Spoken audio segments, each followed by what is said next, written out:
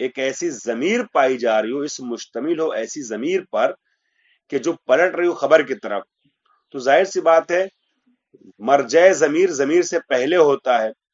تو اگر اسم میں ضمیر ہوگی جو پلٹے گی خبر کی طرف تو خبر مرجع ضمیر ہے، خبر پہلے لائی جائے گی، اور وہ اسم کے جس میں ضمیر ہے خبر کی وہ بعد میں آ جائے گا. نحو ان مع العسر یسرا، تو یہاں یسرا نکرہ ہے، اور نکرہ کیا بولتے ہیں نکرہ غیر مسوغہ ہے. تو مع العسر جو ظرف ہے، مع ظرف ہے، مع العسر مضاف مضاف علیہ میں کر کے خبر ہے ان کی، یہ مقدم ہے اور یہ واجب ہے کہ مقدم ہو یسرا کے اوپر، چونکہ خبر ظرف ہے اور اسم جو ہے وہ نکرہ اور نکرہ غیر مسوغہ ہے. خوب، اور انا فی الدار صاحبہا، یہاں پہ بھی فی الدار خبر کا مقدم ہونا ضروری ہے، چونکہ صاحب جو اس کا اسم ہے ٹھیک ہے مضاف ہو گیا، ہا ضمیر کی طرف ضمیر معرفہ ہے تو صاحب بھی مضاف ہو گیا ہے، وہ معرفہ ہو گیا، لیکن اس کے باوجود معرفہ ہونے کے باوجود صاحبہ بعد میں آئے گا. کیوں؟ اس لیے کہ صاحبہ میں جو ہا کی ضمیر ہے دار در پڑ رہی ہے، تو مرجع ضمیر کا ضمیر سے پہلے آنا ضروری ہے. اس لیے آپ کے لیے یہ کہنا جائز نہیں ہے کہ انا صاحبہ فی الدار، بلکہ آپ کہیں گے انا فی الدار صاحبہ. خوب، اس کے بعد جلدی سے ایک فائدہ اور پڑھ لیتا ہوں، کیا ہے؟ لا یجوز تقدیم معمول الخبر علی الاسم، خبر اگر کسی چیز پر عمل کرے تو خبر کے معمول کا اسم پر مقدم کرنا جائز نہیں ہے.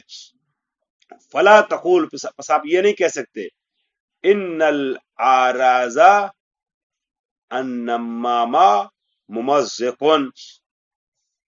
یہ نہیں کہا جا سکتا، بلکہ کہا جائے گا ان النمامہ ممزق الاعراض. ممزق الاعراض یعنی آراز ارز کی جمع، ارز کہتے ہیں آبرو کو، جو سخن چینی کرتا ہے، چغل خوری کرتا ہے، ادھر کی بات ادھر اور ان کی بات ان کی برائی سب کرتا رہتا ہے نا نمام. اس سخن چین کو، چغل خور کو، برائی کرنے والے کو چھپ چھپ کر کے نمام کہتے ہیں عربی میں، اور یہ جو ہے لوگوں کی آبرو ریزی کرتا ہے. ممزق یعنی پاش پھیلا دیتا ہے، بکھیر دیتا ہے. تو فرما رہے ہیں ان النمامہ ممزق الاعراض، جو سخنچین ہوتا ہے، چغل خور ہوتا ہے، وہ لوگوں کی آبرو کو برباد کرتا ہے، بکھیر دیتا ہے، آبرو ریزی کرتا ہے. تو ممزقن جو ہے یہ ہے اس میں فاعل، اور اس میں فاعل جو ہے وہ فاعل چاہتا ہے اور مفعول چاہتا ہے. اگر لازم ہے تو فاعل چاہتا ہے، متعدی ہے تو فاعل کے ساتھ مفعول بھی چاہتا ہے. تو ممزقن الاعراض، الاعراض ممزق کا مفعول ہے. اب یہاں پر فرما رہے ہیں کہ چونکہ ممزقن خبر ہے اور نمام النمام معرفہ ہے اور یہ انا کا اسم ہے، تو اس طریقے سے کہنا صحیح ہے کہ ان النمامہ ممزقون الاعراض، النمامہ انا کا اسم، ممزقون اسی کی خبر، اور الاعراض ممزقون کا مفعول. لیکن جو ممزقون خبر کا مفعول ہے اس کو آپ مقدم کر دیں اسم کے اوپر، صحیح نہیں، یعنی ان الاعراض النمامہ ممزقون کہنا غلط ہے. واجاز بعضهم تقدیمہ اذا کان ظرفا اور جارا و مجرورا، لیکن بعض نے اس کا مقدم کرنا اس وقت جائز قرار دیا ہے کہ جب خبر ظرف یا جار مجرور ہو. فقالو، بس ان لوگوں نے کہا ہے، ان کا یہ کہنا ہے کہ انا بکا زیدن واسقن. دیکھیے انا بکا، یہ زیدن ہمارے یہاں لکھا ہے، ہاں صحیح ہے، زیدن اسم ہے انا کا. دیکھیے انا بکا زیدن واسقن میں واسقن بکا، یہ بکا جار مجرور متعلق واسق کے، اس کا ترجمہ یہ ہوگا کہ زید تم سے وابستہ ہے، تمہارے دامن کو تھامے ہوئے ہے، تم سے ملتمس ہے، تم سے جڑا ہوا ہے. وثوق، ٹھیک ہے، تم پہ بھروسہ کرتا ہے، سقۃ الاسلام سنا ہوگا آپ نے.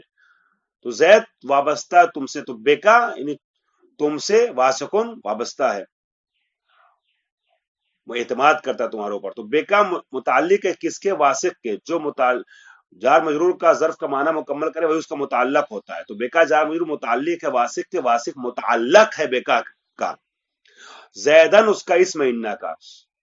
تو بعض لوگ اب دیکھیں واسقن کا معمول ہے بیکا، اوپر کہا تھا کہ الاعراض مقدم نہیں ہو سکتا، لیکن کہہ رہے ہیں کہ اگر جار مجرور ہو جائے معمول خبر تو اس کو اسم پر مقدم کرنا صحیح ہے، بعض لوگوں کا کہنا ہے.